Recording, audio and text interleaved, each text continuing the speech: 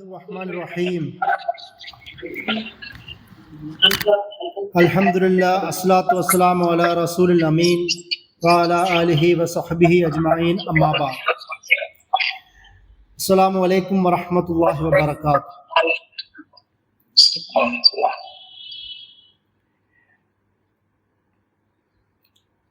ഇസ്ലാമിക ലോകത്ത് അല്ലെങ്കിൽ ചരിത്രത്തിൽ തന്നെ ഏറ്റവും സുപ്രധാനമായ ചരിത്ര നിമിഷങ്ങളാണ് സ്പെയിനിലെ മുസ്ലിം ചരിത്രം എന്നത്.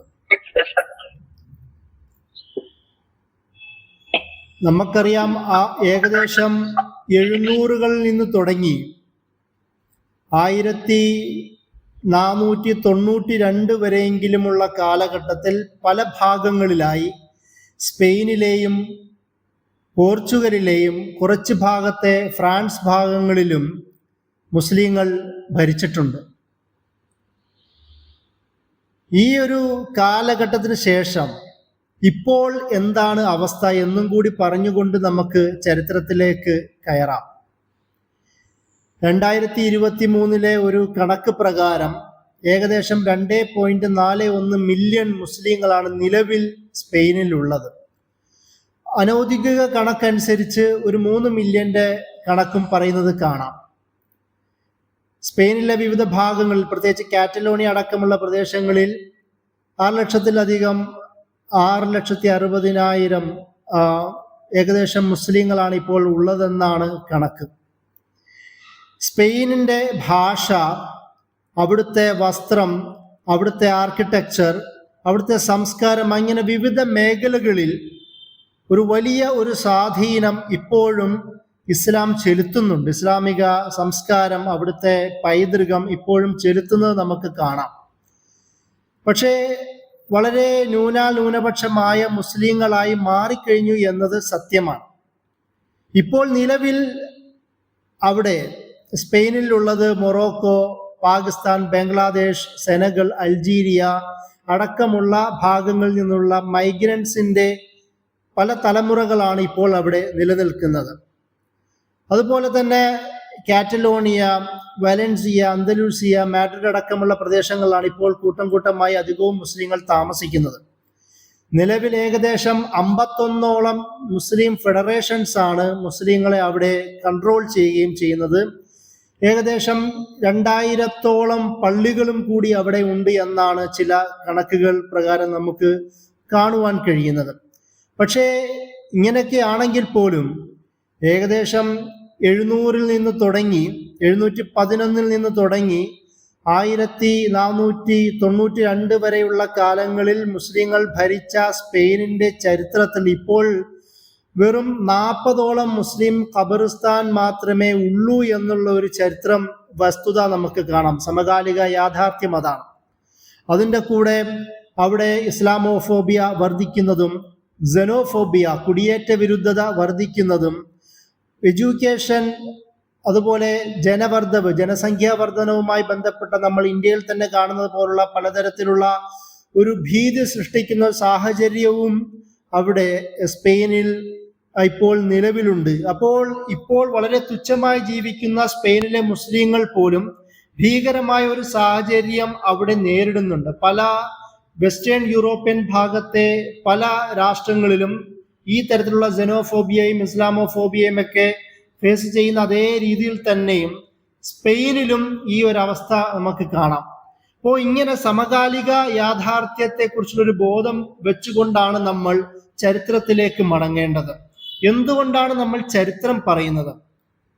ചരിത്രം ഖുർആൻ തന്നെ പറയുന്നത് ഇബ്രത്ത്, ഒരു ഗുണപാഠം എന്ന നിലയിലാണല്ലോ ചരിത്രം തന്നെ ഖുർആൻ പരാമർശിക്കുന്നത്. സ്പാനിഷ് ചരിത്രം നമ്മൾ ഒരു കാലഘട്ടത്തിലെ ഒരു ഗ്ലോറിഫൈഡ് ആയ ഒരു ചരിത്രത്തെ പരാമർശിച്ചുകൊണ്ട് നമ്മുടെ പണ്ടുകാലം ഭയങ്കര അതിമനോഹരമായിരുന്നു, സുവർണ സുന്ദരമായ കാലഘട്ടമായിരുന്നു എന്ന് പറയുക എന്നത് മാത്രമല്ലല്ലോ. ആ ഒരു ചരിത്രത്തിൽ നിന്ന് പിന്നീട് വന്ന് ഇബ്നു ഖൽദൂൻ അദ്ദേഹത്തിന്റെ മുഖദ്ദിമയിൽ പറയുന്ന സൈക്കിൾ തിയറി എന്ന് പറയുന്ന ഒരു കൺസെപ്റ്റ് ഉണ്ട്. അസബിയ എന്ന് പറയുന്ന ഗ്രൂപ്പ് സോൾഡാറ്റി എന്ന് പറയുന്ന ഒരു തിയറി അദ്ദേഹം ഈ സ്പാനിഷ്, മൊറോക്കൻ, തുനീഷ്യൻ ലോകത്തെ ആൾക്കാരെയൊക്കെ കണ്ടുകൊണ്ടാണ് ഇത് വിശദീകരിക്കുന്നത് തന്നെ.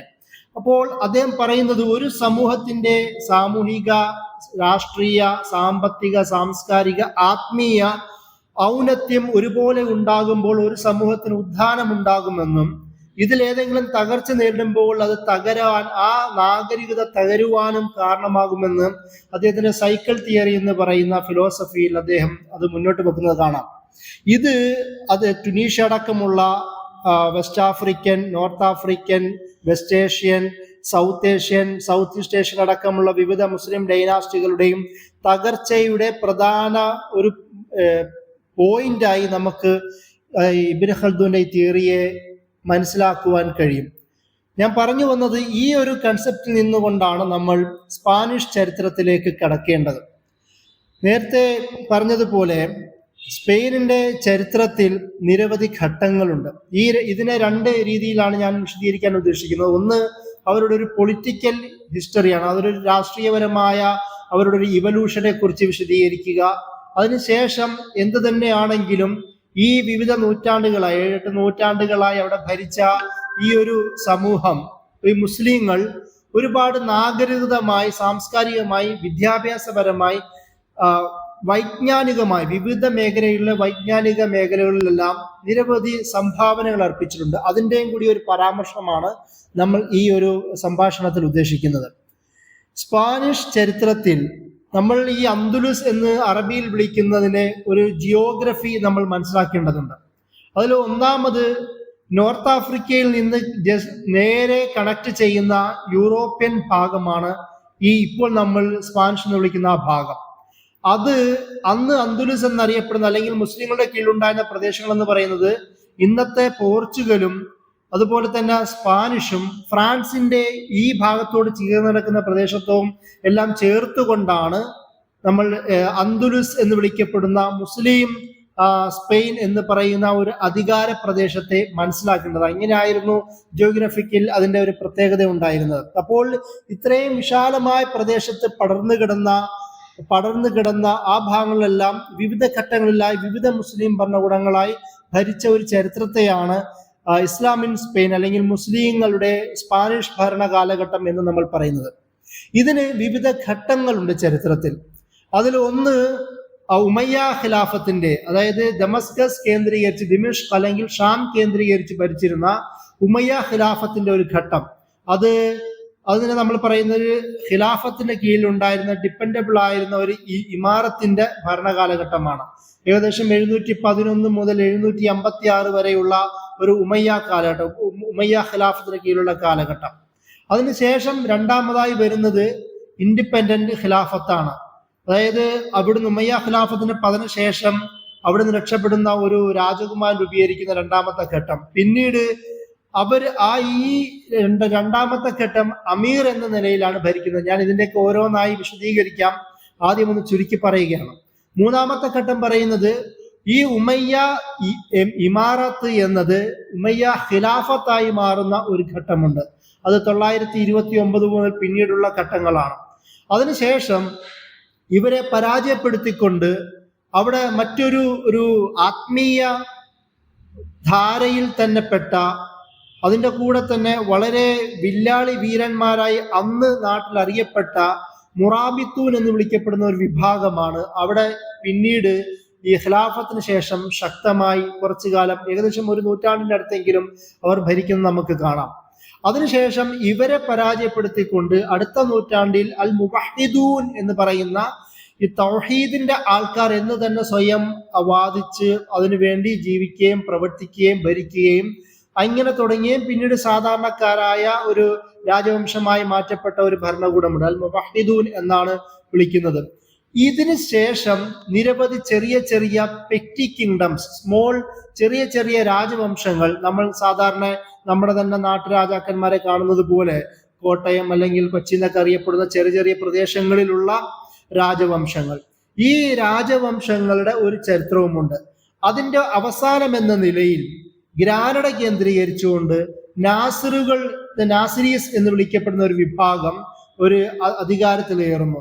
അവരുടെ അവസാനം 1492 കൂടി അവസാനിക്കുന്നതോട് കൂടിയിട്ടാണ് നമ്മൾ ഈ പറയുന്ന അന്ദുലുസിലെ അല്ലെങ്കിൽ സ്പെയിനിലെ മുസ്ലിം പൊളിറ്റിക്കൽ ഹിസ്റ്ററി അവസാനിക്കുന്നത്. അപ്പോൾ ഇതാണ് വിവിധ ഘട്ടങ്ങൾ. ആദ്യമായി നമുക്ക് വിശദീകരിക്കേണ്ടത് അന്തുലസിലെ സ്പെയിനിലെ ഉമയ്യാക്കളുടെ കാലഘട്ടമാണ്. വലീദ് ഒന്നാമന്റെ കാലഘട്ടം. 705 അദ്ദേഹത്തിന്റെ പ്രധാനപ്പെട്ട ഒരു മിലിറ്ററി ജനറൽ ആയിരുന്ന മൂസബ് ഇബ്നു നുസൈറിനെ ഈ Moroccan, north African, west African ഭാഗത്തേക്കുള്ള ഗവർണറായി, പ്രത്യേകിച്ച് നോർത്ത് ആഫ്രിക്കൻ ഭാഗത്തേക്കുള്ള ഗവർണറായി അദ്ദേഹത്തെ നിയമിക്കുന്നത്. ഈ മൂസബ് ഇബ്നു നുസൈറിന്റെ കീഴിലുള്ള മിലിറ്ററി ജനറലാണ് ലോക പ്രസിദ്ധനായ, നമുക്കെല്ലാവർക്കും അറിയാവുന്ന താരിഖ് ഇബ്നു സിയാദ്. അദ്ദേഹത്തെയാണ് ഈ ഭാഗത്തേക്ക് സൈനിക വിന്യാസത്തിനായി മൂസബ് ഇബ്നു നുസൈർ അയക്കുന്നത്. ഈ താരിഖ് ഇബ്നു സിയാദ് ആ ഭാഗത്തേക്ക് പോവുകയും ചെറിയ ചെറിയ പ്രിൻസിപ്പാലിറ്റികൾ പിടിച്ചെടുക്കാൻ തുടങ്ങുകയും ചെയ്യുന്നുണ്ട്. ഈ ഒരു പശ്ചാത്തലത്തിൽ അവിടെയുണ്ടായിരുന്ന ക്രിസ്ത്യൻ ഡൈനാസ്റ്റികൾ പരസ്പരം സംഘർഷത്തിലും കൂടി ഏർപ്പെടുന്ന ഒരു ഘട്ടമായിരുന്നു. അതുകൊണ്ട് തന്നെ അവിടെ ഉണ്ടായിരുന്ന ഒരു ക്രിസ്തീയ വിഭാഗം ഇദ്ദേഹത്തെ, അതായത് വിസിഗോതിക് എന്ന് വിളിക്കപ്പെടുന്ന ഒരു നാട്ടു രാജാക്കന്മാരായിരുന്നു.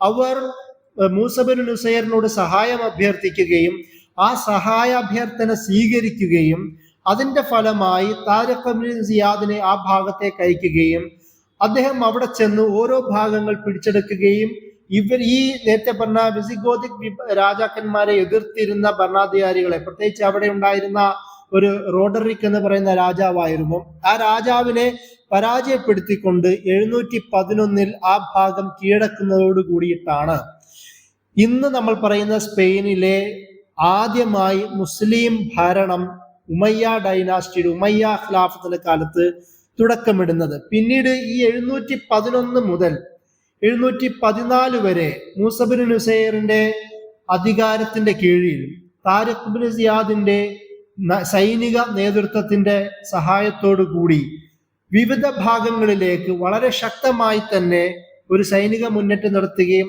നല്ലൊരു ശതമാനം സ്പാനിഷ് പ്രദേശങ്ങൾ ഉമയ്യ ഖിലാഫത്തിന്റെ കീഴിലേക്ക് കൊണ്ടുവരികയും ചെയ്തു. പക്ഷേ ഇവിടെ സംഭവിച്ചത്, അതേ സമയത്ത് തന്നെയാണ് നമ്മൾ ചരിത്രത്തിൽ നോക്കുകയാണെങ്കിൽ ഇന്ത്യൻ സബ് കോണ്ടിനെന്റിലേക്ക് മുഹമ്മദ് ഇബ്നു ഖാസിമിനെ വലീദിന്റെ കാലത്ത് തന്നെ ഇങ്ങോട്ട് അയക്കുന്നത്.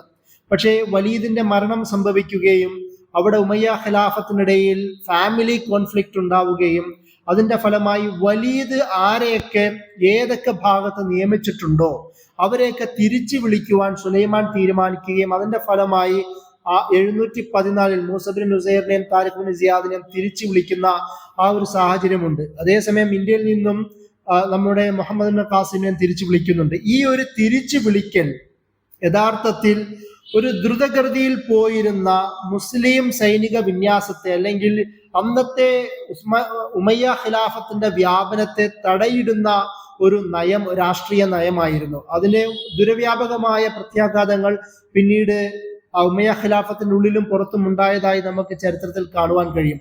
പക്ഷെ എന്നാൽ പോലും ഈ ഭാഗങ്ങൾ എന്തായാലും ഖിലാഫത്തിന് കീഴിലായതുകൊണ്ട് ഏകദേശം 750 വരെയെങ്കിലും ഏകദേശം നല്ലൊരു അധീന പ്രദേശമായി ഈ പിടിച്ചെടുത്ത പ്രദേശങ്ങളെല്ലാം അവരുടെ കീഴിൽ ഉണ്ടായിരുന്നു എന്നതാണ് ചരിത്രം. പക്ഷേ ഇതോടുകൂടി 740 കഴിഞ്ഞു, ഹിഷാമിന്റെയൊക്കെ ഭരണകാലഘട്ടം കഴിഞ്ഞു. അവസാനം 746 ആ ഒരു പശ്ചാത്തലത്തിലേക്ക് എത്തുമ്പോൾ ഉമയ്യ ഡൈനാസ്റ്റി വളരെ ദുർബലമാവുകയും ആ ഒരു പശ്ചാത്തലത്തിൽ ഇറാഖ് കേന്ദ്രീകരിച്ചുകൊണ്ട് അവിടെ മുസ്ലിം ഭരണകൂടം, പ്രത്യേകിച്ച് അഹ്ലുബൈത്തിന്റെയും പേർഷ്യക്കാരുടെയും തുർക്കുകളുടെയും നോൺ അറബുകളായ എല്ലാവരുടെയും സഹായത്തോടു കൂടി അബ്ബാസി റവല്യൂഷൻ ബാഗ്ദാദ് കേന്ദ്രീകരിച്ച് സംഭവിക്കുന്ന ഒരു ഘട്ടമുണ്ടായിരുന്നു. ഇതുണ്ടാവുകയും അങ്ങനെ അവസാനമുണ്ടായിരുന്ന മർവാൻ ഭരണാധികാരിയ ഉമയ്യ ഖലീഫ മർവാനെ തന്നെ പരാജയപ്പെടുത്തിക്കൊണ്ട് 750 അബ്ബാസി ഖിലാഫത്ത് രണ്ടാമത്തെ ഖിലാഫത്തായി ബാഗ്ദാദിൽ പ്രഖ്യാപനം നടത്തുമ്പോൾ അവിടെ സംഭവിച്ചത്, ഈ ഉമയ്യ ഖിലാഫത്തിന് കീഴിലുണ്ടായിരുന്ന ഒരു രാജകുമാരൻ അബ്ദുറഹ്മാൻ ഒന്നാമൻ എന്നാണ് അദ്ദേഹത്തെ അറിയപ്പെടുന്നത്. അദ്ദേഹം 750കളിൽ അവിടുന്ന് രക്ഷപ്പെടുകയും മൊറോക്കോ വഴി സ്പെയിൻ ഭാഗത്തേക്ക് എത്തുകയും അദ്ദേഹം ഏകദേശം 750 മുതൽ 56 വരെ 5-6 വർഷം നീണ്ടു നിൽക്കുന്ന കാലം വളരെ ഹാർഡ് വർക്കോടുകൂടി അദ്ദേഹത്തിന്റെ കീഴിലുണ്ടായിരുന്ന ലോയലിസ്റ്റുകളായ ബനു ഉമയ്യ ഡൈനാസ്റ്റിയോട് ബന്ധമുണ്ടായിരുന്ന ആൾക്കാരെയും മൊറോക്കോയിലെ ബെർബർ ഗോത്രവർഗക്കാരെയും അതിൻ്റെ കൂടെ തന്നെ അറബികളെയും പുതിയ ഇസ്ലാം സ്വീകരിച്ച പുതിയ ആൾക്കാരെയും എല്ലാവരെയും ഒരുമിച്ച് കൂട്ടിക്കൊണ്ട് ഒരു പുതിയൊരു വിലായത്തിന് ഒരു ഇമാറത്തിന് ശ്രമം നടത്തുകയുണ്ടായി. അങ്ങനെ 756 സ്വതന്ത്രമായ എന്നാൽ ഉമയ്യ ഖിലാഫത്തിന്റെ തന്നെ പേരിലുള്ള ഒരു എമിറേറ്റ്, ഒരു ഇമാറത്ത് അദ്ദേഹം അവിടെ സ്ഥാപിക്കുന്നുണ്ട്. ഈ ഒരു ചരിത്രം വളരെ ഹിസ്റ്റോറിക്കൽ ടേണിംഗ് പോയിന്റായി ഇസ്ലാമിക ചരിത്രന്മാരെല്ലാം എഴുതി ചേർക്കുന്നുണ്ട്. അതായത് ഒരേ സമയം ഉമയ്യ ഖിലാഫത്ത് തകരുന്നു, അതേ സമയം അബ്ബാസി ഖിലാഫത്ത് ബാഗ്ദാദ് കേന്ദ്രീകരിച്ചുണ്ടാവുന്നു. ആ ഖിലാഫത്ത് ഉണ്ടാവുമ്പോൾ തന്നെ ഇൻഡിപെൻഡന്റ് ആയി മറ്റൊരു ഭരണകൂടം സ്പെയിൻ കേന്ദ്രീകരിച്ച് രൂപപ്പെടുന്നു. ഈ ഭരണകൂടം അബ്ബാസി ഖിലാഫത്തിനോട് നേരെ എതിർ നിൽക്കുന്ന ഒരു ഭരണകൂടമായിരുന്നു. പക്ഷെ അപ്പോൾ നമ്മൾ ശ്രദ്ധിക്കേണ്ടത്, ഈ അബ്ദുറഹ്മാൻ ഒന്നാമൻ ഖിലാഫത്ത് പ്രഖ്യാപിച്ചില്ല. അദ്ദേഹം ഒരു അമീർ എന്ന നിലയിൽ മാത്രമാണ് ഭരിച്ചത്. ഒരു പക്ഷേ ചില ചരിത്രകാരന്മാർ പറയുന്നത് പോലെ ഒരു ഖിലാഫത്ത് അവിടെ നിലനിൽക്കുന്നത് കൊണ്ട് അതിന്റെ ഒരു ലെജിറ്റിമസി, ഒരു നിയമസാധുത എന്നതിൽ സംശയം പ്രകടിപ്പിച്ചത് കൊണ്ടോ അല്ലെങ്കിൽ ജനങ്ങൾക്കിടയിൽ, വിശ്വാസികൾക്കിടയിൽ ഒരു അഭിപ്രായ ഭിന്നത ഉണ്ടാക്കാതിരിക്കാനുള്ള ശ്രമം എന്നതുകൊണ്ടോ ആയിരിക്കാം അബ്ദുറഹ്മാൻ ഒന്നാമൻ ഖിലാഫത്ത് പ്രഖ്യാപിക്കാതിരുന്നത് എന്ന ചില നിരീക്ഷണങ്ങൾ നമുക്ക് കാണാം. എന്താണെങ്കിൽ പോലും അദ്ദേഹം ഖിലാഫത്ത് പ്രഖ്യാപിച്ചില്ല. പിന്നീട് സംഭവിച്ചത് ഈ 756 മുതൽ 929 വരെയുള്ള ഒരു കാലഘട്ടമുണ്ട്, ഇമാറത്തിന്റെ കാലഘട്ടം.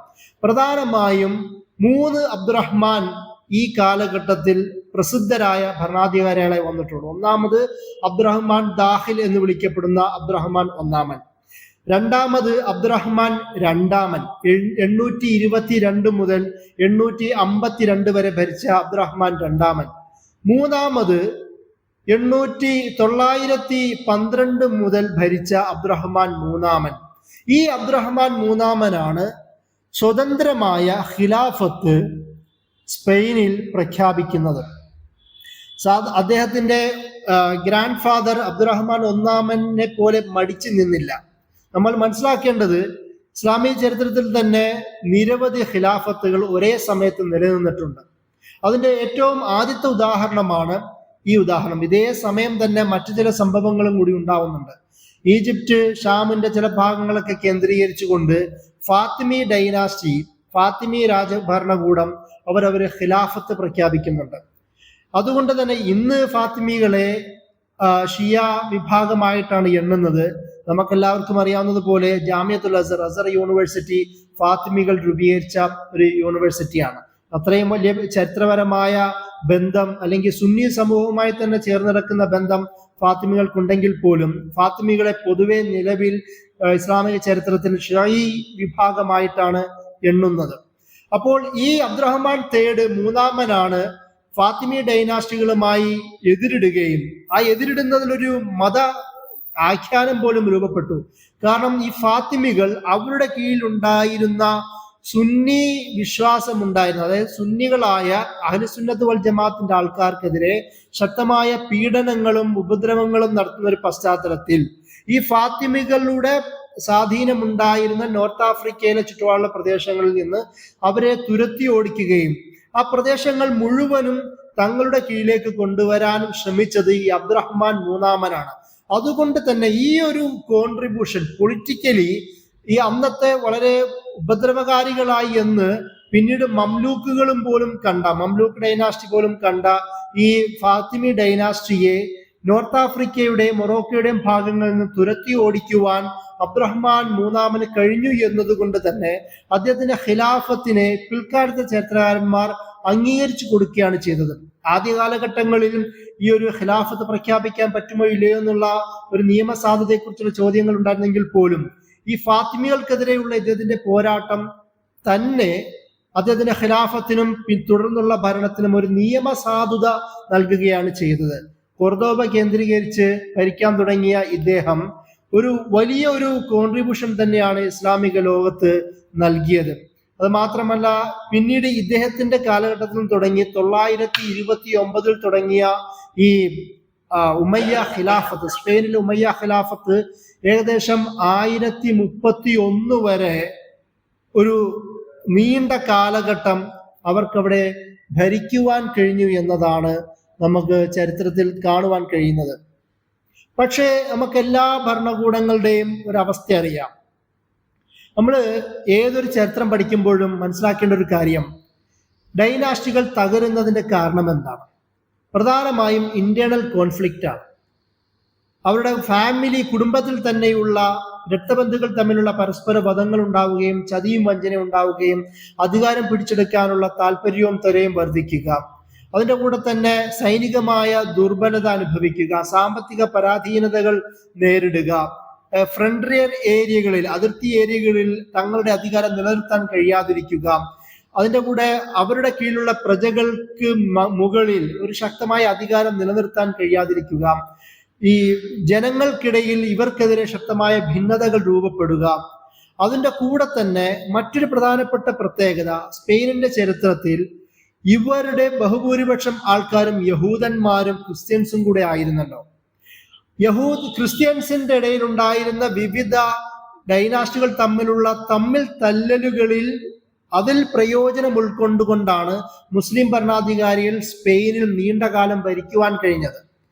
അവർക്കിടയിലുള്ള പ്രത്യേകിച്ച് അവരുടെ മതവിഭാഗീയത, രാജവംശങ്ങൾ തമ്മിലുള്ള പരസ്പരം പോരാട്ടങ്ങൾ, സംഘർഷങ്ങൾ, അതിലുണ്ടാവുന്ന വിള്ളലുകൾ, ആ വിള്ളലുകളിൽ ഉണ്ടാവുന്ന പൊളിറ്റിക്കൽ വാക്കം, രാഷ്ട്രീയ ശൂന്യതകൾ, ആ ശൂന്യതകൾ കണ്ടെത്തിക്കൊണ്ടിട്ട് മുസ്ലിങ്ങളായ പ്രഗത്ഭരായ മുസ്ലിം ഭരണാധികാരികൾ അവിടെ ഭരിക്കാൻ ശ്രമിക്കൽ. ഇതൊക്കെ കൊണ്ടാണ് ഈ മുസ്ലിം ഭരണാധികാരികൾക്ക് നീണ്ടകാലം ഭരിക്കുവാൻ കഴിഞ്ഞത്. പക്ഷേ എന്തു തന്നെയാണെങ്കിലും അവസാനത്തോടെത്തുമ്പോൾ എല്ലാ ഭരണാധികാരികളും ഇതേ ഭീഷണി അവർക്കിടയിൽ നേരിടുകയും അങ്ങനെ ഈ ചില മുസ്ലിം ഭരണാധികാരികൾ, ലോക്കൽ ഭരണാധികാരികൾ ക്രിസ്ത്യൻ ഭരണാധികാരികളുടെ സഹായത്തോടു കൂടി മറ്റുള്ളവരെ പരാജയപ്പെടുത്താൻ ശ്രമിക്കുക. ഇങ്ങനെ നിരവധി കാരണങ്ങളാൽ നേരത്തെ പറഞ്ഞതുപോലെ ഈ ഭരണകൂടങ്ങൾ സ്പെയിനിലെ ആദ്യത്തെ ഉമയ്യ ഖിലാഫത്ത് തകരുകയാണ് ചെയ്യുന്നത്. അതിനുശേഷം 11-ാം നൂറ്റാണ്ടിൽ രൂപപ്പെടുന്ന 11 മുതൽ 12 ഏകദേശം കാലങ്ങളിൽ ഭരിച്ച ഒരു പ്രധാനപ്പെട്ട ശക്തിയാണ് അൽ മുറാബിത്തൂൻ എന്ന് വിളിക്കപ്പെടുന്ന ഒരു പൊളിറ്റിക്കൽ പവർ.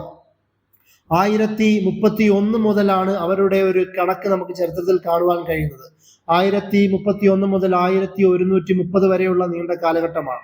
യഥാർത്ഥത്തിൽ ഇതിനു മുമ്പേ തന്നെ ചില ഭാഗങ്ങളിൽ അവർ അധികാരം ഭരിക്കുവാനും ചില ഭാഗങ്ങൾ പിടിച്ചെടുക്കുവാൻ ശ്രമിക്കുന്നുണ്ടെങ്കിൽ പോലും അധികാരം സ്ഥാപിക്കപ്പെടുന്നത് 1031 ശേഷമുള്ള കാലഘട്ടങ്ങളിലാണ്. ഈ അറബ് ബെർബർ സമൂഹങ്ങൾക്കിടയിൽ നല്ല സ്വാധീനമുണ്ടായിരുന്ന, അവർക്കിടയിൽ ഒരു നമ്മൾ പറയുന്ന പോലെ പ്രിമിറ്റീവായ ഒരു സംഘാടനം, മുറാബിത്തുൻ എന്ന പേരിൽ ഒരു തസവുഫിന്റെ ഓറിയന്റേഷനോട് കൂടിയിട്ടാണ് ഇത് രൂപപ്പെടുന്നത്. യഹ്യ ബിൻ ഇബ്രാഹിം എന്ന് പറയുന്ന ഒരു ഷെയ്ഖ്, ഒരു പണ്ഡിതന്റെ നേതൃത്വത്തിലാണ് അദ്ദേഹം ഈ ഒരു മുറാബിത്തുൻ എന്ന് പറയുന്ന സംഘടന രൂപീകരിക്കുന്നത്. ഒരു മിലീഷ്യ പോലെയായിരുന്നു അവർ വളർന്നത്.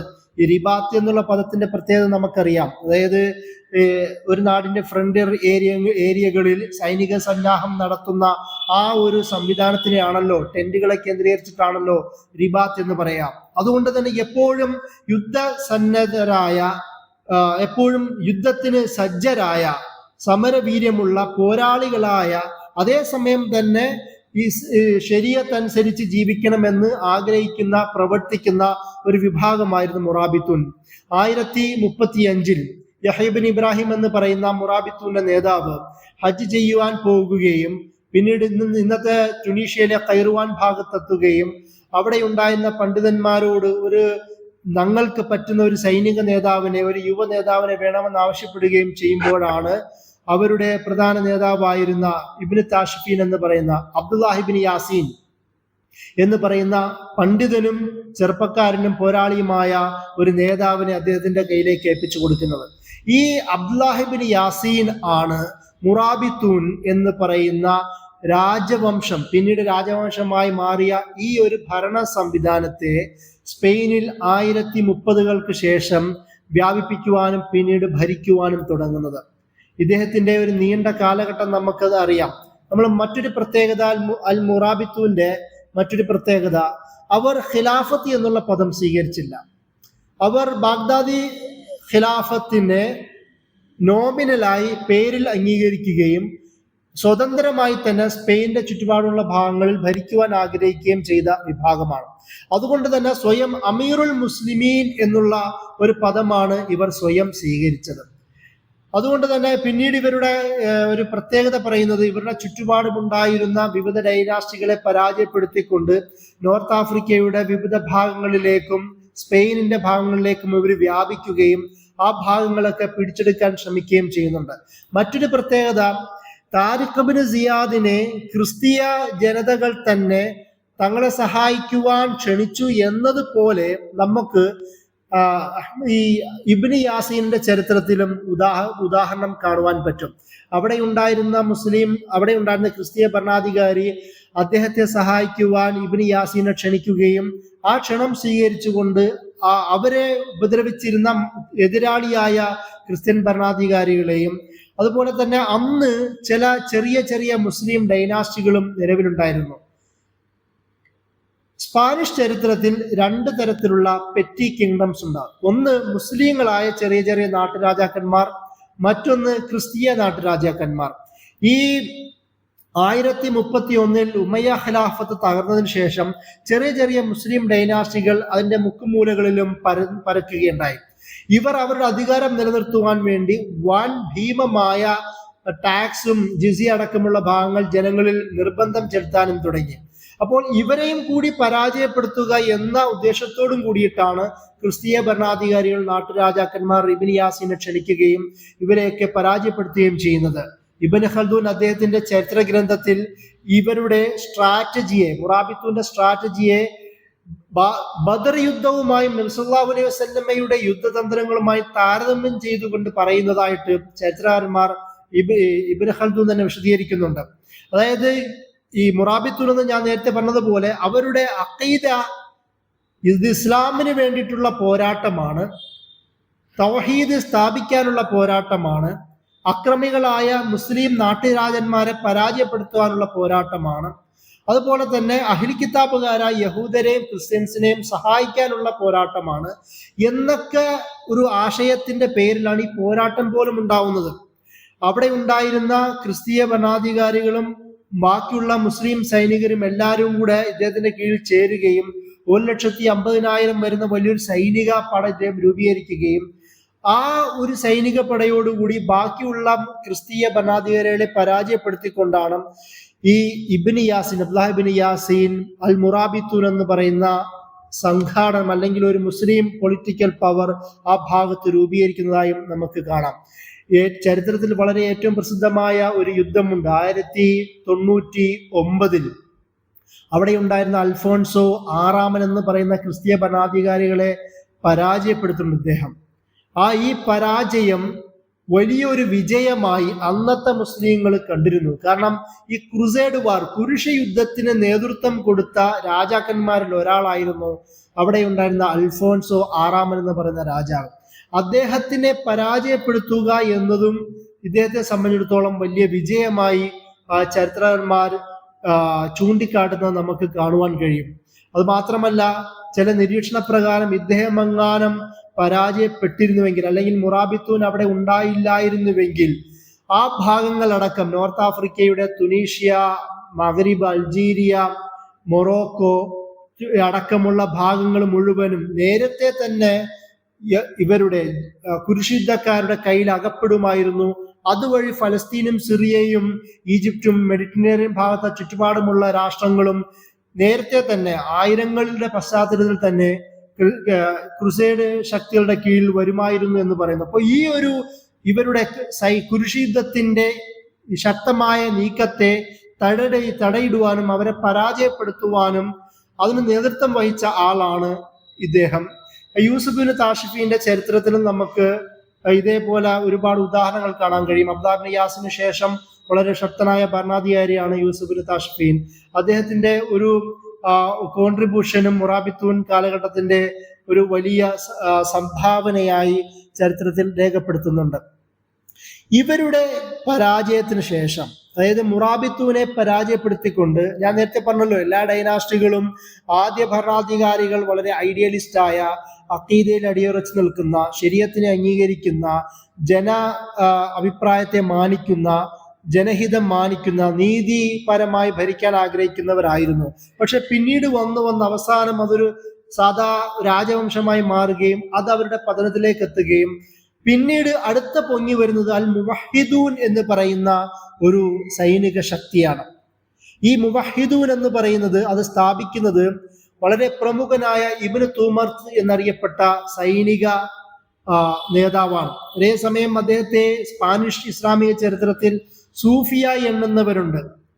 പിന്നീട് നമുക്ക് 19-ാം നൂറ്റാണ്ടിലൊക്കെ കാണാൻ കഴിയുന്ന പോലെ മഹ്ദീനെ പോലെ, ഇമാം സനൂസിനെ പോലെ, അങ്ങനെ വലിയൊരു പൊളിറ്റിക്കൽ റിലീജിയസ് ഫിഗർ ആയിട്ടാണ് ഇബ്നു തൂമർത്ത് പോലും ഉയർന്നു വന്നത്.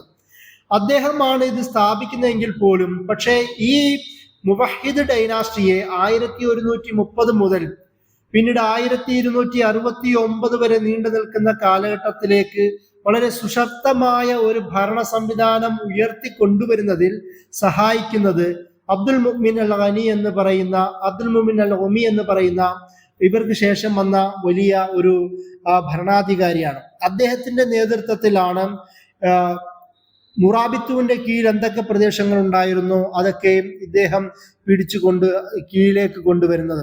ഈ ഒരു കാലഘട്ടം ഞാൻ നേരത്തെ പറഞ്ഞതുപോലെ മുറാബിത്തൂൻ സ്പാനിഷ് പോർച്ചുഗീസ് ചരിത്രത്തിൽ എന്തൊക്കെ കോൺട്രിബ്യൂഷൻ ചെയ്തിട്ടുണ്ടോ അതേ ഒരു ചരിത്രം തന്നെ നമുക്ക് അൽ മുവഹിദൂന്റെ ചരിത്രത്തിലും കാണുവാൻ കഴിയും. ഇവർ തന്നെ പിന്നീട് ശക്തമായ പരാജയം നേരിടേണ്ടി വന്നിട്ടുണ്ട്. 1212 ഒരു പ്രധാനപ്പെട്ട സൈനിക പരാജയം നേരിടുകയും അതോടുകൂടി അവർ സൈനികമായി ദുർബലമാവുകയും എന്നാൽ പേരിൽ ഭരിക്കുകയും ചെയ്യുന്ന ഒരു കാലഘട്ടം ഉണ്ടായിരുന്നു. പക്ഷേ ഇതിന്റെ ഏറ്റവും വലിയ പ്രത്യേകത എന്ന് പറയുന്നത് ഞാൻ നേരത്തെ പറഞ്ഞതുപോലെ അധികാരം മുഖ്യ പ്രദേശങ്ങൾ നഷ്ടപ്പെടുമെങ്കിൽ പോലും ചില പ്രദേശങ്ങൾ കയ്യിലുണ്ടാകും. ആ പ്രദേശങ്ങൾ അവർ ഭരിക്കുവാൻ തുടങ്ങും. അതുകൊണ്ട് തന്നെ ഒരു വലിയ സൈനിക ശക്തിയിൽ നിന്ന് ചെറിയ നാട്ടുരാജാവായി മാറുകയും ചെറിയ പ്രദേശങ്ങൾ ഭരിക്കുന്ന ഒരു പെറ്റി സ്മോൾ കിങ്ഡമായി അവശേഷിക്കുകയും ചെയ്യും. അങ്ങനെയാണ് ഈ ഭരണകൂടങ്ങളെല്ലാം ഇല്ലാതാവുന്നത്. 1230-കൾക്ക് ശേഷം ഇവരുടെ പ്രധാനപ്പെട്ട ശക്തി എല്ലാം നശിക്കുകയും ആ പ്രദേശങ്ങളിൽ പെതുക്കെ ക്രിസ്തീയ ഭരണാധികാരികൾ പിടിച്ചെടുക്കാൻ ശ്രമിക്കുകയും ചെയ്യുന്നു. ഈ കാലഘട്ടത്തിലാണ് സ്പെയിനിലെ സെവില്ല അടക്കമുള്ള ഒട്ടുമിക്ക പ്രദേശങ്ങൾ നഷ്ടപ്പെടുകയും ഗ്രാനഡ മാത്രമായി അവരുടെ കയ്യിലേക്ക് വരികയും ചെയ്യുന്ന ഒരു ചരിത്ര സംഭവം ഉണ്ടാവുന്നുണ്ട്. ഈ ഗ്രാനഡ അവരുടെ കയ്യിലേക്ക് വരികയും അവിടെ നാസിർ എന്ന് വിളിക്കപ്പെടുന്ന, നാസിരീസ് എന്ന് പിന്നീട് ചരിത്രത്തിൽ അറിയപ്പെടുന്ന ഒരു ഡൈനാസ്റ്റി ഏകദേശം 1232 മുതൽ 1492 വരെയുള്ള കാലഘട്ടം വരെ അവരവിടെ ഭരിക്കുന്നു. ഈ 1492 നമ്മൾ പറയുന്നത് പോലെ സ്പാനിഷ് മുസ്ലിം ചരിത്രത്തിന്റെ പതന കാലഘട്ടം. ഈ നാസിർ എന്ന് പറയുന്ന അദ്ദേഹത്തിന്റെ ഭരണകൂടത്തോടാണ് തുടങ്ങുന്നതെങ്കിൽ പോലും അവസാനിക്കുന്നത് അബു അബ്ദുല്ല മുഹമ്മദ് എന്ന് പറയുന്ന ഭരണാധികാരിയുടെ കീഴിലാണ്. ഇന്ന് സ്പെയിനിൽ ഗ്രാനഡ ഭാഗത്ത് വളരെ തലയുയർത്തി നിൽക്കുന്ന അൽ ഹംറ പാലസ്, അല്ലെങ്കിൽ അത് ഇംഗ്ലീഷിൽ അൽ ഹംറ എന്നാണ് വിളിക്കപ്പെടുന്നത്, അത് ഈ ഒരു കാലഘട്ടത്തിലാണ് ഉണ്ടായത്.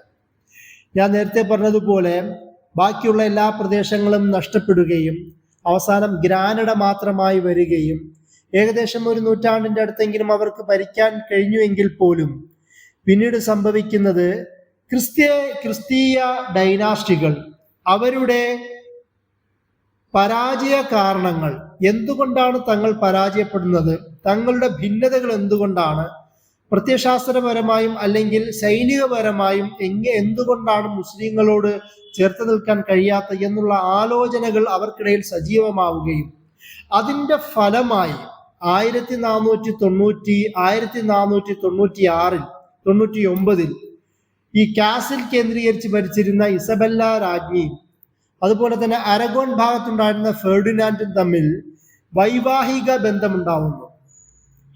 നമ്മൾ ചരിത്രത്തിൽ ഏറ്റവും പ്രധാനമായും കാണേണ്ട പലതരത്തിലുള്ള അലയൻസുകളുണ്ട്, സഖ്യങ്ങളുണ്ട്. രാഷ്ട്രീയ സഖ്യം പ്രധാന സഖ്യമാണ്, നമുക്കറിയാം. അതുപോലെ തന്നെ ട്രൈബൽ സഖ്യം, ഒരു ഗോത്രവർഗങ്ങളുടെ സഖ്യം പ്രധാനമാണ്. അതിൻ്റെ കൂടെ തന്നെയാണ് ഈ മാരിറ്റൽ അലയൻസ് എന്ന് പറയുന്നത്, വിവാഹ ബന്ധങ്ങളിലൂടെ വിവിധ ഡൈനാസ്റ്റികൾ തമ്മിലുള്ള ബന്ധങ്ങൾ രൂപപ്പെടുത്തുക.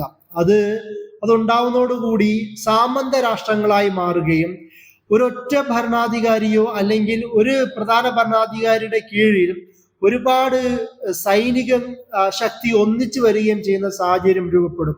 ഏകദേശം എല്ലാ മുസ്ലിം ഡൈനാസ്റ്റികളും അങ്ങനെ ചെയ്തിട്ടുണ്ട്. നമുക്ക് അബ്ബാസി കാലഘട്ടത്തിലും അല്ലെങ്കിൽ ഉമയ്യ കാലഘട്ടത്തിൽ, ഇവിടെ മുഗൾ കാലഘട്ടത്തിലൊക്കെയും അക്ബറൊക്കെയും ഒരുപാട് വിവാഹം കഴിച്ചതിൻ്റെയൊക്കെയും പ്രധാന കാരണങ്ങൾ ഇത്തരത്തിലുള്ള മാറ്റൽ അലയൻസ് രൂപപ്പെടുത്തുവാൻ വേണ്ടിയിട്ടാണ്. ഈ ഒരു ഐഡിയ തിരിച്ചറിയുകയും അങ്ങനെ ഈ രണ്ട് നാട്ടുരാജ്യങ്ങൾ തമ്മിൽ, കാസിലും അതുപോലെ അരകൻ ഭാഗത്തെ നാട്ടുരാജ്യങ്ങൾ തമ്മിൽ വിവാഹത്തിലൂടെ ഒന്നാവുകയും ചെയ്യുന്നതോടുകൂടി ഈ രണ്ട് നാട്ടുരാജ്യങ്ങൾ ഒന്നിക്കുകയും ഒരു വലിയ രാജ്യമായി, രാജവംശമായി ഇവർ മാറുകയും ചെയ്യുന്നു.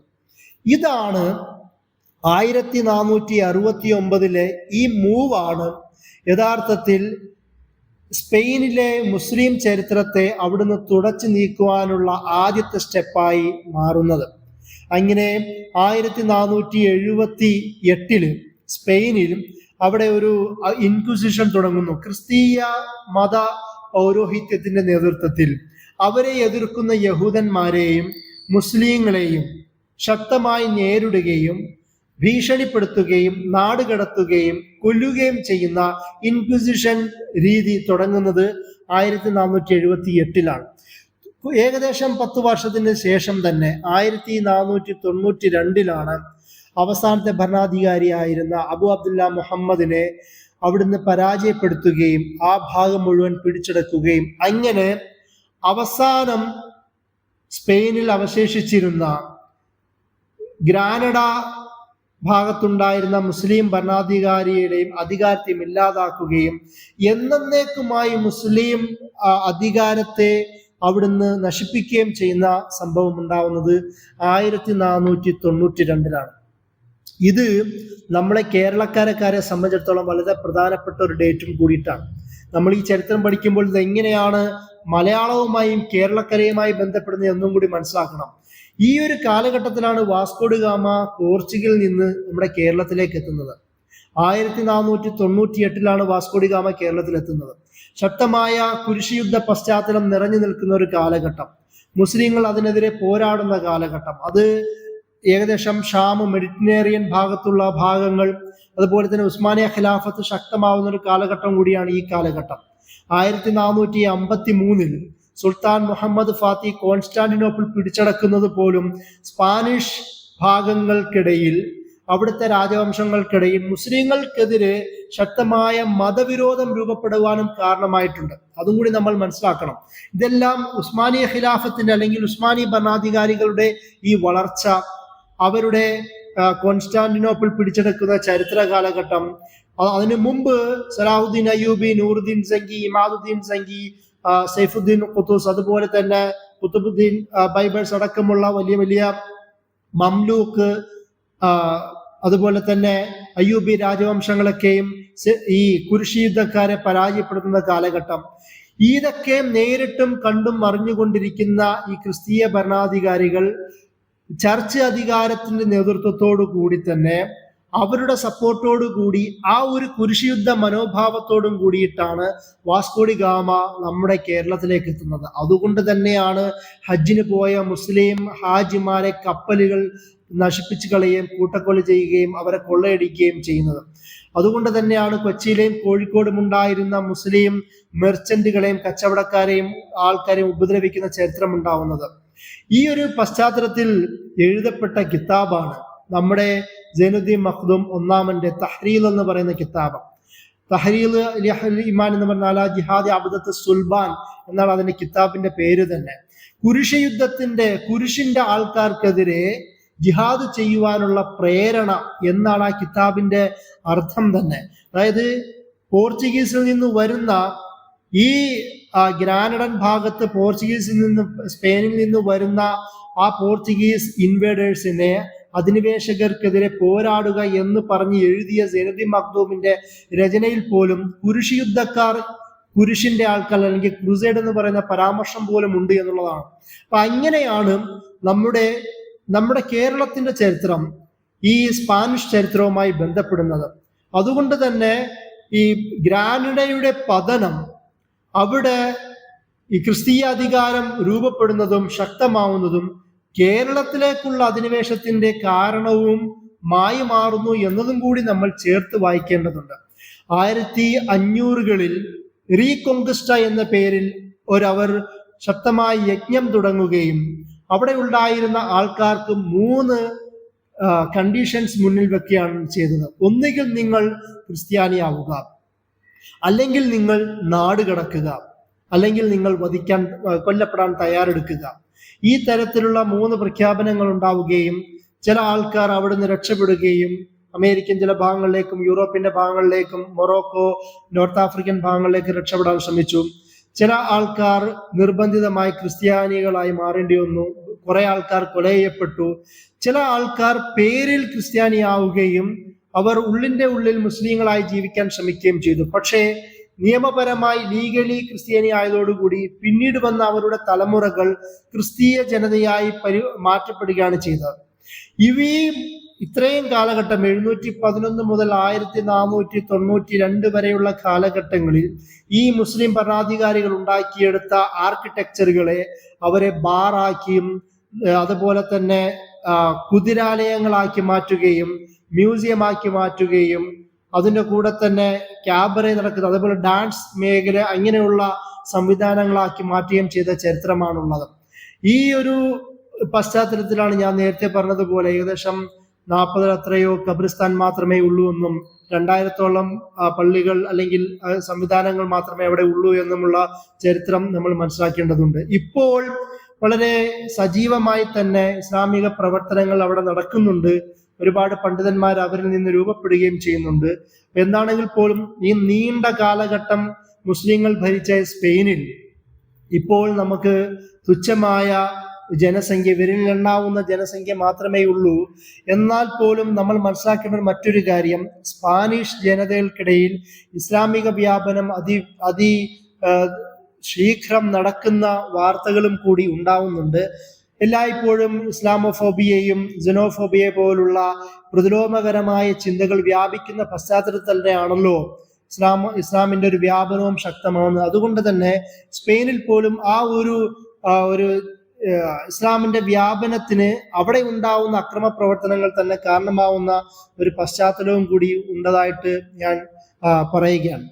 ഇതിൻ്റെ കൂടെ നമ്മൾ മനസ്സിലാക്കേണ്ടത് മറ്റൊരു കാര്യം, നിരവധി പണ്ഡിതന്മാർ ഇവർക്കിടയിലുണ്ട്. ഞാൻ പറഞ്ഞിരുന്നു നമ്മുടെ ചർച്ചകളുടെ പ്രധാനപ്പെട്ട 2 ഭാഗങ്ങൾ, ഒന്ന് അവരുടെ അധികാരവും രണ്ടാമത്തത് അവരുടെ ഈ വൈജ്ഞാനിക മേഖലയുള്ള കോൺട്രിബ്യൂഷനും കൂടാണ്. ഇതിന്റെ മുമ്പ്, വൈജ്ഞാനിക മേഖലയുള്ള കോൺട്രിബ്യൂഷന് മുമ്പ് എങ്ങനെയാണ് സ്പെയിനിൽ ഈ അധികാരമുള്ള സാഹചര്യത്തിൽ തന്നെ ഒരു ഇസ്ലാമിക വ്യാപനം ശക്തമാവുന്നത്? നമുക്കറിയാം, ഇന്ത്യയിൽ പോലും ആയിരങ്ങൾക്ക് ശേഷം 11 നൂറ്റാണ്ട് തുടക്കത്തിൽ തന്നെ മുസ്ലിങ്ങൾ ഭരിച്ചു. ഏകദേശം 1858 വരെയെങ്കിലും ഒരു വലിയൊരു സെൻട്രൽ ഗവൺമെന്റ്, ഒരു ഭരണകൂടം ഉണ്ടായിരുന്നു. അതിനുശേഷം സൗത്ത് ഇന്ത്യൻ ഭാഗങ്ങളിൽ വിവിധ മുസ്ലിം ഡൈനാസ്റ്റികൾ ഉണ്ടായി. നോർത്ത് ഇന്ത്യയിലെ വിവിധ പെറ്റി കിങ്ഡംസ് ഉണ്ടായി. എന്നിട്ട് പോലും മുസ്ലിങ്ങൾ ന്യൂനപക്ഷമായി മാറുകയും ബഹുഭൂരിപക്ഷം ഇവിടുത്തെ ഹൈന്ദവ സഹോദരങ്ങളായി ഉണ്ടായിരുന്നത്. പക്ഷേ സ്പെയിനിൽ മറ്റൊരു ചിത്രം രൂപപ്പെടുകയുണ്ടായി. ഒരുപാട് പേർ ഇസ്ലാമിലേക്ക് വരുന്ന ഒരു കാലഘട്ടം ഉണ്ടായിരുന്നു. ഞാൻ ഈ പറയാൻ കാരണം, എന്തുകൊണ്ട് അവിടെ ഇസ്ലാം വ്യാപനം സംഭവിച്ചു? ഒന്നാമത്തെ കാരണം, അവിടെ ഹിസ്പാനോ വിസിഗോത്ത് എന്ന് അറിയപ്പെടുന്ന അവിടുത്തെ ക്രിസ്ത്യൻ ജനസമൂഹങ്ങൾക്കിടയിൽ ഉണ്ടായിരുന്ന വിഭജനവും വിള്ളലുകളും ക്രിസ്തീയ ഭരണകൂടങ്ങളും മതപൗരോഹിത്യം തമ്മിലുള്ള അഭിപ്രായ ഭിന്നതകളും അവിടെ ഇസ്ലാം വളരെ പെട്ടെന്ന് വ്യാപിക്കുവാൻ കാരണമായി. എന്ന് മാത്രമല്ല, അവിടെ ഉണ്ടായിരുന്ന ഈ ക്രിസ്തീയ ഭരണാധികാരികൾ കീഴിലുണ്ടായിരുന്ന യഹൂദന്മാർ നിരവധി പീഡനങ്ങൾക്ക് ഇരയാവുകയായിരുന്നു. അതുകൊണ്ട് തന്നെ മുസ്ലിങ്ങളുടെ സാന്നിധ്യം അവർക്ക് വലിയൊരു ആശ്വാസപരമായി പോലും മാറിയതായി നമുക്ക് കാണാം. നമ്മൾ മനസ്സിലാക്കേണ്ട മറ്റൊരു കാര്യം, എന്തുകൊണ്ടാണ് ക്രിസ്തീയ ഭരണകൂടങ്ങൾ യഹൂദരെ പീഡിപ്പിച്ചത്? നമുക്കറിയാം, അവർ പ്രധാനമായ കാരണമായി അവർ തന്നെ ചൂണ്ടിക്കാട്ടുന്നത് ജീസസ് ക്രൈസ്റ്റിന്റെ കൊലപാതകത്തിന്, അവരുടെ വിശ്വാസപ്രകാരം കുരിശുമരണത്തിന് പ്രധാന കാരണം യഹൂദ പണ്ഡിതരാണ് എന്ന ഒരു മത ആഖ്യാനം പോലും യഹൂദർക്കെതിരെ നിലപാടെടുക്കുവാൻ ഇവരെ പ്രേരിപ്പിച്ചു. പക്ഷേ ഇസ്ലാമിനെ സംബന്ധിച്ചിടത്തോളം അല്ലെങ്കിൽ മുസ്ലിങ്ങളെ സംബന്ധിച്ചിടത്തോളം ആ ഒരു പ്രശ്നമേ ഇല്ലല്ലോ. കാരണം ഈസാ അലൈഹി ഇസ്ലാമിനെ കുറിച്ച് നമ്മുടെ കാഴ്ചപ്പാട് വ്യത്യസ്തമാണ്. അത് മാത്രമല്ല, അഹ്ലി കിതാബ് എന്ന് പറയുന്ന ഒരു കാഴ്ചപ്പാട് നമുക്കുള്ളത് കൊണ്ട് പോലും യഹൂദരെ നമ്മൾ ഹാർദവമായി, മുസ്ലിം ഭരണകൂടങ്ങൾ ഹാർദവമായിട്ടാണ് അവിടെ സ്വീകരിച്ചത്. അതിന്റെ കൂടെ തന്നെ അവിടെ ഉണ്ടായിരുന്ന വിവിധ ഇസ്ലാമിലേക്ക് സ്വീകരിച്ചു വന്ന വിവിധ ആൾക്കാർ, അതായത് സ്വതന്ത്രമായി തന്നെ ഇസ്ലാം സ്വീകരിച്ച ആൾക്കാർ, യഹൂദരിൽ നിന്നും ക്രിസ്ത്യനിൽ നിന്നും ഒരുപാട് പേർ ഇസ്ലാമിലേക്ക് വന്നില്ലെങ്കിൽ പോലും മുസ്ലിം ഭരണകൂടത്തിന് കീഴിൽ അവർ വളരെ സമാധാനപരമായ ഒരു സാഹചര്യം ജീവിക്കാൻ അവർക്ക് കഴിഞ്ഞു. അതുകൊണ്ട് തന്നെ അതുപോലെ തന്നെ വിവിധ അറബ് കച്ചവടക്കാർ, മിലിറ്ററി മെൻസ്, മൊറോക്കൻ ഭാഗത്തു നിന്നുള്ള ബെർബറുകൾ, അറബ് വിഭാഗങ്ങൾ, അങ്ങനെ ഉമയ്യ ഖിലാഫത്തിന് കീഴിലുണ്ടായിരുന്ന ലോയലുകളായ ഒരുപാട് മനുഷ്യന്മാർ, അവരെല്ലാവരും ഈ പുതിയ ഒരു പ്രദേശത്തേക്ക്, പ്രത്യേകിച്ച് യൂറോപ്യൻ ഭാഗമാണ്, കച്ചവട ബന്ധമുണ്ട്, അതുപോലെ തന്നെ ജിബ്രാൾട്ടർ കടലിടുക്ക് പോലുള്ള മെഡിറ്ററേനിയനുമായി ബന്ധമുള്ള ഒരുപാട് ഭാഗങ്ങളുണ്ട്, അതുപോലെ തന്നെ സീ റൂട്ടുമായി കണക്ട് ചെയ്യപ്പെടുന്ന പ്രദേശമാണ്. അപ്പോൾ കച്ചവട സാധ്യതകൾ കണ്ടറിഞ്ഞ ഒരുപാട് ആൾക്കാർ ഈ പ്രദേശത്ത് വന്ന് താമസിക്കാൻ വരുന്ന ഒരു പശ്ചാത്തലവും കൂടി ഉണ്ടാകുന്നു. അപ്പൊ ഇതും കൂടി അവിടുത്തെ ഒരു മുസ്ലിം പോപ്പുലേഷൻ വർദ്ധിക്കുന്നതിന് പ്രധാന കാരണമായി മാറി എന്നതും കൂടി നമ്മുടെ ചരിത്രത്തിലുണ്ട്. അതുപോലെ തന്നെ മറ്റൊരു വിഭാഗം അടിമകളും കൂടിയിട്ടുണ്ടായിരുന്നു. കാരണം യൂറോപ്യൻ ഭാഗത്തു നിന്നുള്ള ഇൻവേഷൻ ഉണ്ടാകുകയും ആ ഭാഗത്തുനിന്ന് പിടിച്ചുകൊണ്ടുവരുന്ന അടിമകൾ, അവരുടെ ഇസ്ലാം സ്വീകരണം, അങ്ങനെ അവരിലൂടെ ഉണ്ടാകുന്ന ഇസ്ലാം വ്യാപനം, അങ്ങനെ വിവിധ തരത്തിലുള്ള ജനതകളിലൂടെയാണ് ഈ സ്പാനിഷ് ചരിത്രത്തിൽ ഇസ്ലാമിക വ്യാപനം സജീവമായത് എന്നാണ് ഞാൻ പറഞ്ഞതിന്റെ ചുരുക്കം. അതിന്റെ കൂടെ നേരത്തെ പറഞ്ഞതുപോലെ ഇവരുടെ ഒരു പണ്ഡിത ലോകത്തേക്ക്, അല്ലെങ്കിൽ വൈജ്ഞാനിക ലോകത്തേക്കും കൂടി നമ്മൾ സ്പർശിക്കേണ്ടതുണ്ട്. സ്പാനിഷ് ചരിത്രത്തിലെ ഏറ്റവും പ്രധാനപ്പെട്ട പ്രത്യേകത, മുസ്ലിം ഭരണാധികാരികളുടെ കീഴിൽ മൈമോനിഡ്സ് എന്നറിയപ്പെടുന്ന ഏറ്റവും പ്രസിദ്ധനായ ഒരു യഹൂദ പണ്ഡിതനാണ്, ഒരു ഫിസിഷ്യൻ ആയിരുന്നു, വളരെ പ്രമുഖനായ യഹൂദ റബ്ബിയും കൂടിയാണ് അദ്ദേഹത്തെ പോലെ നിരവധി യഹൂദ പണ്ഡിതന്മാർ, മുസ്ലിം പണ്ഡിതന്മാരെക്കാളും അപ്പുറം യഹൂദരായ ക്രിസ്ത്യരായ പണ്ഡിതന്മാർ മുറാബിത്തുകൾക്ക് കീഴിലും മുവഹിദുകൾക്ക് കീഴിലും നാസിരികൾക്ക് കീഴിലും നേരത്തെ പറഞ്ഞതുപോലെ ഖിലാഫത്തുകളുടെ കീഴിലും അവർ ഭരിക്കുകയുണ്ടായി, അവരവരുടെ ജീവിക്കുകയുണ്ടായി. അതുപോലെ തന്നെ പോയട്രിയിലും അഗ്രികൾച്ചറിലും മ്യൂസിക്കിലും, അതുപോലെ തന്നെ സയൻസ്, മെഡിസിൻ, എഞ്ചിനീയറിംഗ്, നാവിഗേഷൻ, വിവിധ തരത്തിലുള്ള ടെക്നോളജികളിലുമെല്ലാം ഈ കാലഘട്ടങ്ങളിൽ വലിയ കോൺട്രിബ്യൂഷൻ ഉണ്ടായതായും നമുക്ക് ചരിത്രത്തിൽ കാണാം. ചില പേരുകൾ മാത്രം ഞാൻ പരാമർശിക്കാം. നമുക്കറിയാം ഇബ്നു റുഷ്ദിന്റെ ചരിത്രം. ഒരേ സമയം തന്നെ അരിസ്റ്റോട്ടലിനെ പോലുള്ള, പ്ലേറ്റനെ പോലുള്ള ആൾക്കാർക്ക് തഫ്സീർ എഴുതിയ ഇബ്നു റുഷ്ദ്, അതേ ഇബ്നു റുഷ്ദ് തന്നെ ബിദായത്തുൽ മുജ്തഹിദ് വ നിഹായത്തുൽ മുഖദ്ദസ് എന്ന് പറയുന്ന കിതാബ് എഴുതിയ ഇബ്നു റുഷ്ദ്, ഒരു മാലിക്കി മദ്ഹബ് പിൻപറ്റുന്ന അന്നത്തെ രാജവംശത്തിന്റെ കീഴിൽ ഖാദിയായി ജീവിച്ചിരുന്ന ഇബ്നു റുഷ്ദ് തന്നെയാണ് ഇബ്നു റുഷ്ദ് തന്നെയാണ് തഹാഫത്തുൽ ഫലാസിഫ പോലുള്ള ഈ കിതാബ് എഴുതുന്നത്. ഇബ്നു സീനയെ തന്നെ വിശദീകരിച്ചുകൊണ്ട് തന്നെ അദ്ദേഹം കിതാബ് എഴുതുന്നത് നമുക്ക് കാണുവാൻ കഴിയും. മറ്റൊരാളാണ് ഇബ്നു ഹസം അൽ-ളാഹിരി. ളാഹിരി മദ്ഹബ് എന്ന് ഇസ്ലാമിക ലോകത്ത്, മദ്ഹബുകളുടെ ലോകത്ത് ഏറ്റവും പ്രസിദ്ധമായ കിതാബാണല്ലോ ളാഹിരി മദ്ഹബ്. 994 ജനിക്കുകയും 1064 മരിക്കുകയും ചെയ്ത അദ്ദേഹത്തിന്റെ ഏറ്റവും വളരെ വിവാദ നായകനാണ്. ഈ സ്പാനിഷ് ഇസ്ലാമിക ചരിത്രത്തിൽ, ഫിഖഹിന്റെ ചരിത്രത്തിൽ ഒരുപാട് കോൺട്രിബ്യൂഷൻ നൽകിയ ഒരാളും കൂടാണ്. മറ്റൊന്ന്, മലയാളത്തിലധികം പബ്ലിഷ് ചെയ്യപ്പെട്ട ഹയ്യിബ്നു യഖ്ലാൻ എന്ന് പറയുന്ന നോവലിന്റെ കർത്താവ് ഇബ്നു തുഫൈലിന്റെ ഹയ്യിബ്നു യഖ്ലാൻ വളരെ രസകരമായ ഒരു നോവലാണ്. സാധാരണ നമുക്കറിയാം ഈ അഖ്ൽ നഖ്ൽ എന്ന് പറയുന്ന ഒരു ചർച്ച ഇസ്ലാമിക ചരിത്രത്തിൽ, ഫിഖഹിന്റെയും അഖീദയുടെയും ചരിത്രത്തിലുണ്ട്. അതായത് ടെക്സ്റ്റ് ആയിരിക്കണം പ്രയോറിറ്റി ഉണ്ടാവേണ്ടത്, അഖ്ൽ അതിന്റെ കീഴെയാണ് വരേണ്ടത് എന്ന് പറയുന്ന അശ്അരി മദ്ഹബിന്റെ ഒരു പശ്ചാത്തലം നമ്മുടെ കേരളത്തിലടക്കമുണ്ട്. അതേസമയം തന്നെ മുഅ്തസിലികൾ അഖ്ലിന് പ്രാമുഖ്യം കൊടുക്കുന്നു, മാതുരീദികൾ ഇതിന് രണ്ടിനും ബാലൻസ് ചെയ്യുന്ന ഒരു കാഴ്ചപ്പാടും അന്നുണ്ടായിരുന്നു. പക്ഷെ ഇബ്നു തുഫൈലിന്റെ ഈ ഹയ്യിബ്നു യഖ്ലാൻ ഒരു പ്രത്യേകത, അദ്ദേഹത്തിന്റെ ഈ ഒരു കഥ, അതായത് വളരെ ഇസ്ലാം അറിഞ്ഞ, പടച്ചവനെ അറിഞ്ഞ, ഖുർആനെ അറിഞ്ഞ, സത്യമറിഞ്ഞ ഒരു മനുഷ്യൻ വിദൂര ഭാഗത്തേക്ക് എത്തുകയും ജനവാസമില്ലാത്ത ഒരു ഭാഗത്ത് അവിടെ എത്തുമ്പോൾ ഒരു മനുഷ്യനെ കാണുകയും ആ മനുഷ്യൻ താൻ അറിഞ്ഞ ദൈവത്തെയും സത്യത്തെയും അറിഞ്ഞ ഒരാളായി കാണുകയും ചെയ്യുന്നു. അപ്പോൾ അതായത് അഖ്ലിലൂടെ സത്യത്തെ തിരിച്ചറിയാൻ പറ്റുന്ന ഒരു സാഹചര്യം ഉണ്ട് എന്ന് വാദിച്ച നോവലിലൂടെ എഴുതിയ ആളാണ് ഇബ്നു തുഫൈൽ. നമ്മുടെ മലയാളത്തിൽ അധികം അത് ഈ രചന ഹയ്യബനി അഖ്ലാൻ ട്രാൻസ്ലേറ്റ് ചെയ്യപ്പെട്ടിട്ടുണ്ട്. ഇതേപോലെ ഫിലോസഫിക്കലായി ഒരുപാട് ചിന്തിച്ച ആൾക്കാരുണ്ട്. രണ്ട് ഇബ്നുൽ അറബിമാരുണ്ട്. ഒന്ന് ഇബ്നുൽ അറബി, 11-ാം നൂറ്റാണ്ടിലുണ്ടായിരുന്ന ഇബ്നുൽ അറബിയും 12-ാം നൂറ്റാണ്ടിലുണ്ടായിരുന്ന ഫിലോസഫറായ സൂഫിയായ വഹ്ദത്തുൽ വജൂദ് പോലുള്ള ചിന്തകളെ ഫുതുഹാത്തുൽ മക്കിയ പോലുള്ള കിതാബ് എഴുതിയ ഇബ്നു അറബിയും. ആ ഇബ്നു അറബിയുടെ ചരിത്രം നമുക്കറിയാം ഉസ്മാനി ഖിലാഫത്തുമായി ചേർന്ന് നിൽക്കുന്ന ചരിത്രമാണ്. ഉസ്മാൻ ഖാന്റെ പിതാവ് എർത്തുറുകളുമായി തന്നെ ചില കൂടിക്കാഴ്ചകൾ ഉണ്ടാവുന്നതും ആ ഇബ്നു അറബിയുടെ ചില പ്രവചനങ്ങളാണ് ഉസ്മാനി ഖിലാഫത്തിന് 1517 ഉസ്മാനികളായ നോൺ അറബുകളായ ഖുറേഷികളല്ലാത്ത തുർക്കികൾക്ക് ഖിലാഫത്ത് പ്രഖ്യാപിക്കാനുള്ള നിയമസാധുത നൽകിയത് ഇബ്നു അറബിയുടെ ചിന്തകളാണ് എന്ന് പറയുന്ന ഒരു ചരിത്രം ഉണ്ട്. അതായത് ഷജറ നുഅ്മാനിയ ഫി ദൗല ഉസ്മാനിയ എന്ന് പറയുന്ന ഇബ്നു അറബിയിലേക്ക് ചേർക്കപ്പെടുന്ന ഒരു കിതാബുണ്ട്. അതായത് ഒരു കാലഘട്ടത്തിൽ ഉസ്മാനികൾക്കിടയിൽ ഒരു ഖിലാഫത്ത് രൂപപ്പെടുമെന്ന് പറയുന്ന, അല്ലെങ്കിൽ ഒരു മുസ്ലിം ഭരണാധികാരം രൂപപ്പെടുന്നു എന്നൊരു പ്രവചനമാണ് ആ കിതാബിലുള്ളത് എന്നതായി വിശദീകരിക്കപ്പെടുന്നത്.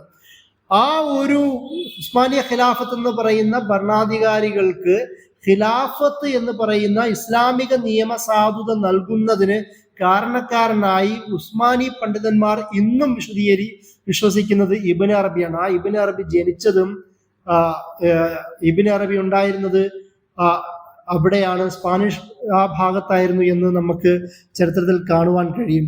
അപ്പോൾ ഇങ്ങനെ നിരവധി കോൺട്രിബ്യൂഷൻ നടത്തിയ ഒരുപാട് പേരുണ്ട്. ഇബ്നു ബാജയെ പോലുള്ള, മസ്ലമ മജ്രിത്തീനെ പോലുള്ള, ജർക്കലിനെ പോലുള്ള, ഇബ്നു നാഫിസിനെ പോലുള്ള ഒരുപാട് ആൾക്കാരും നമ്മുടെ ഈ ചരിത്രത്തിലുണ്ട്.